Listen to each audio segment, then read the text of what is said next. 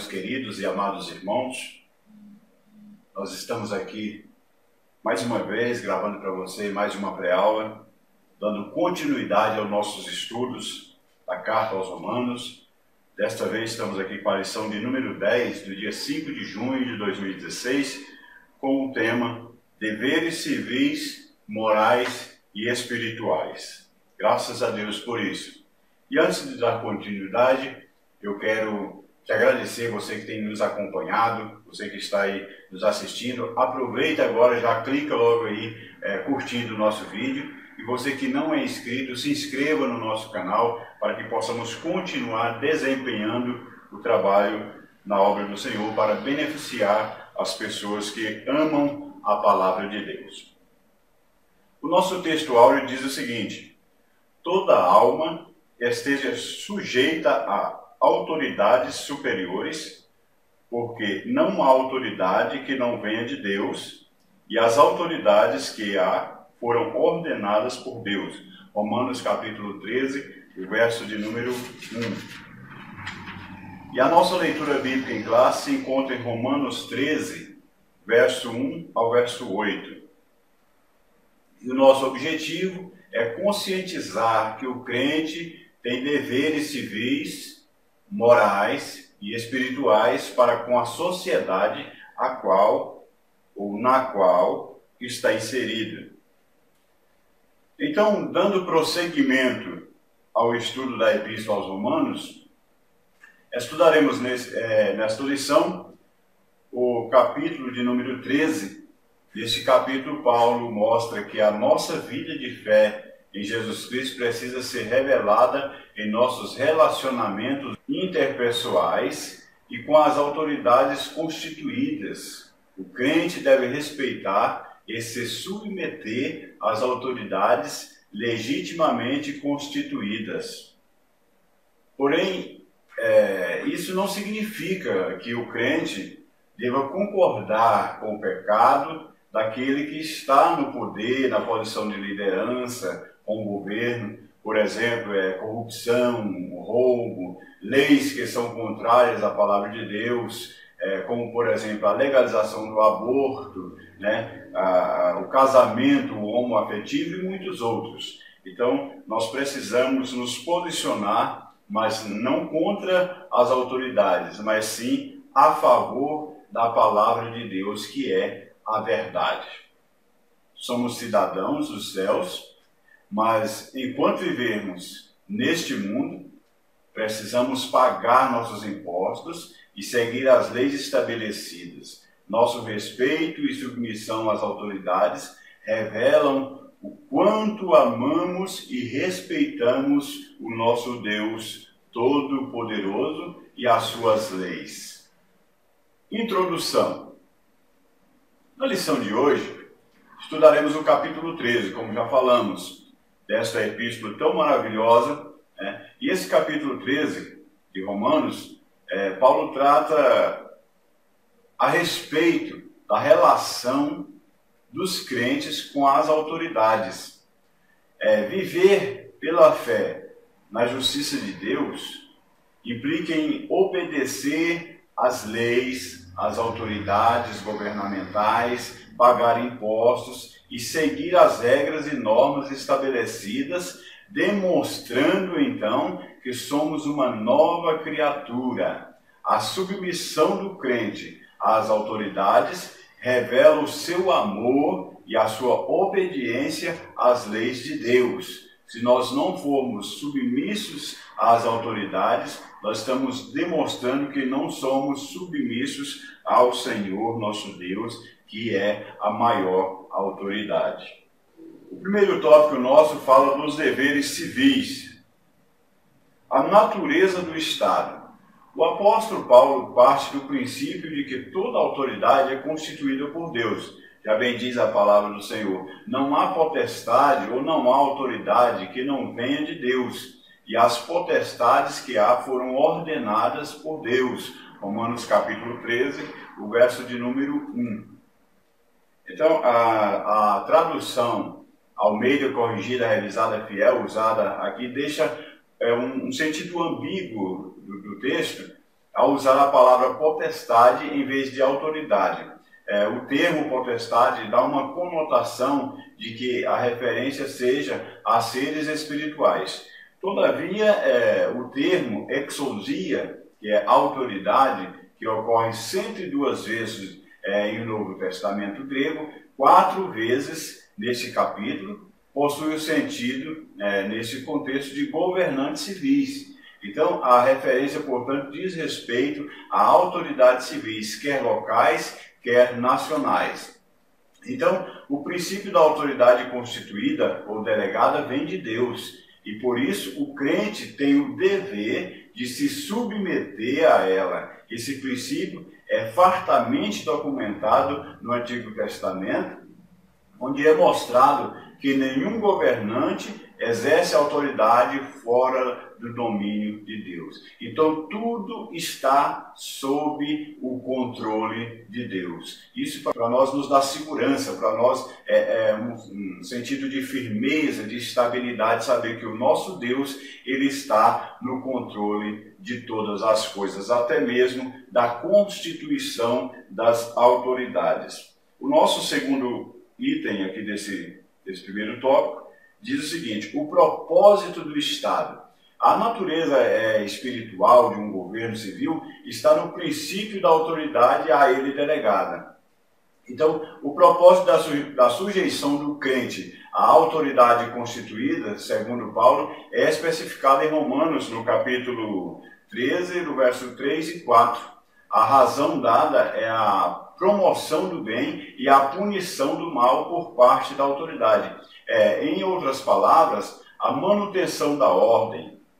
Sem obediência à autoridade, corre o risco de se cair numa anarquia. Imagine uma cidade, um estado, um país sem governo, sem leis para controlar as impulsões do ser humano. Seria uma total anarquia. Então, para isso, Deus permite e constitui as autoridades. É por isso que o apóstolo diz que o governo é ministro de Deus para a promoção do bem, bem como para frear o mal. É por isso que o apóstolo diz que o governo é ministro de Deus para a promoção do bem comum, também para refrear ou para bloquear, para parar o mal que anda acontecendo de forma desenfreada por aí. A palavra que nós vemos aqui, ministro, no grego, é diáconos, o vocábulo que mostra o princípio divino por trás do governo humano. São ministros a serviço de Deus, mesmo que sejam governantes pagãos, como, por exemplo, nós temos no Antigo Testamento, o caso dos imperadores Ciro, Nabucodonosor, e muitos outros. Então, são todos eles ministros de Deus. O terceiro item desse tópico é o seguinte: a igreja e o Estado.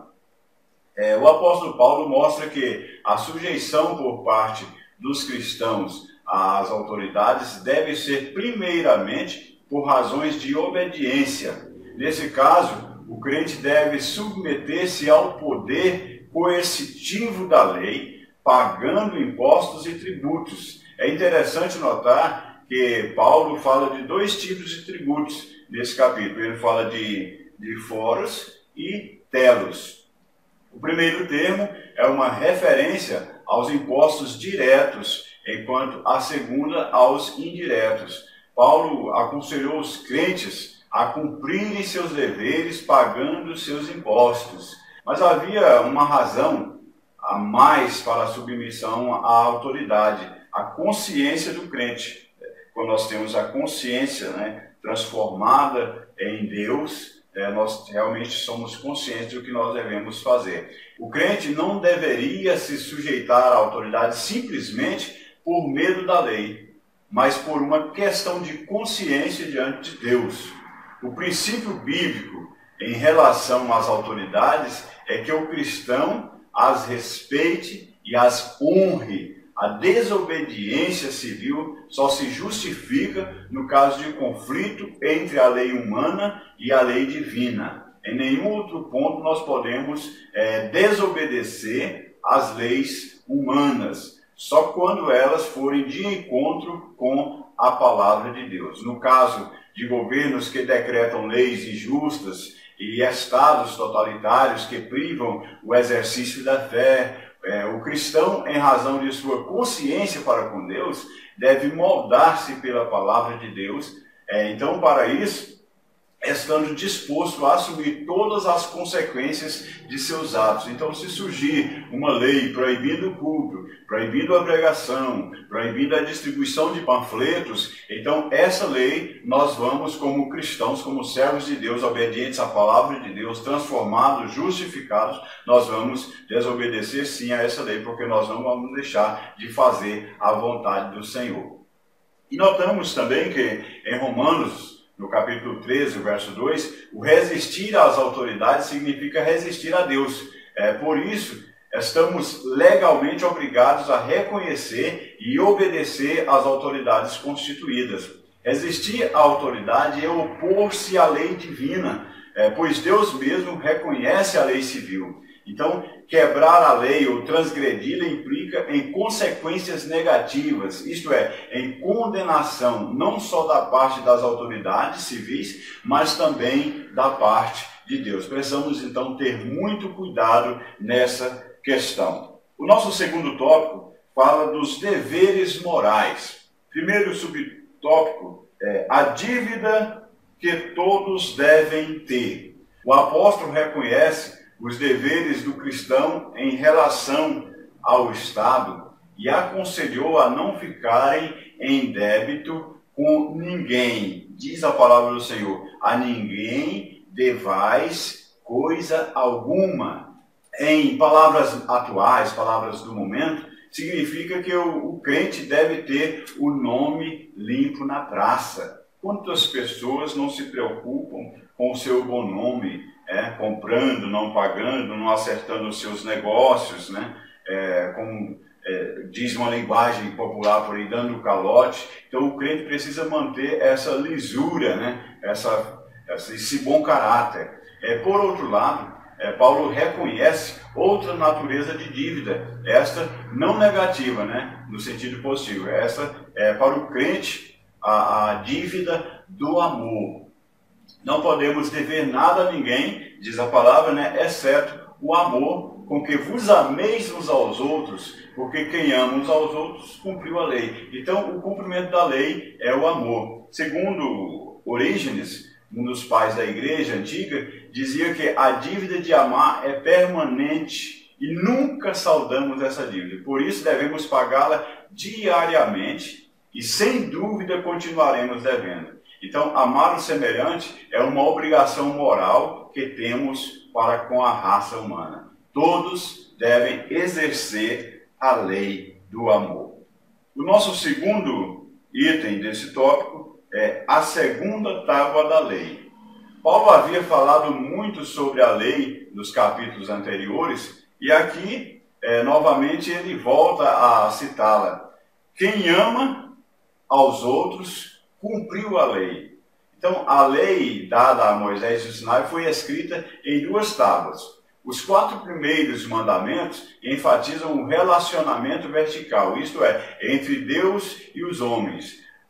Nós podemos ver: não ter deuses estranhos, não fazer imagens, não profanar o nome de Deus e guardar o sábado. Por outro lado, os outros 6 mandamentos são horizontais. Podemos observar, como diz na palavra do Senhor, honrar os pais, não matar, não adulterar, não furtar, não dar falso testemunho e não cobiçar. Então, o interesse do apóstolo pelas relações interpessoais fica claro quando ele cita em Romanos 13 esses mandamentos. Com efeito, não adulterarás, não matarás, não furtarás, não darás falso testemunho, não cobiçarás. Então, tudo isso são praticamente para relembrar do que realmente Deus quer de nós quando nos relacionamos na nossa sociedade em si. Então, mesmo como cristãos, precisamos ter essa diplomacia, esse bom relacionamento com as pessoas. O nosso terceiro item é o segundo grande mandamento. Paulo reforça o seu argumento sobre a lei do amor, citando Levítico, capítulo 19, verso 18, onde ele conclui dizendo: o cumprimento da lei é o amor. Então, o mandamento do amor sintetiza todos os outros preceitos que promovem as relações. Então, nós precisamos ter esse amor, exercitar esse amor, praticar esse amor, para que possamos ter as nossas relações promovidas tanto aqui quanto diante de Deus. Para que possamos agradar ao Senhor, precisamos ter um bom relacionamento social. E isso é inegável diante dos nossos olhos, saber que nós temos que ter esse relacionamento bom para que possamos estar agradando a vontade do Senhor. O nosso terceiro tópico diz o seguinte: deveres espirituais. Primeiro item, consciência escatológica. Encabeçando a lista dos deveres de natureza espiritual, Paulo apresenta um de natureza escatológica. Ele diz assim: e isto digo, conhecendo o tempo, que já é hora de despertarmos do sono.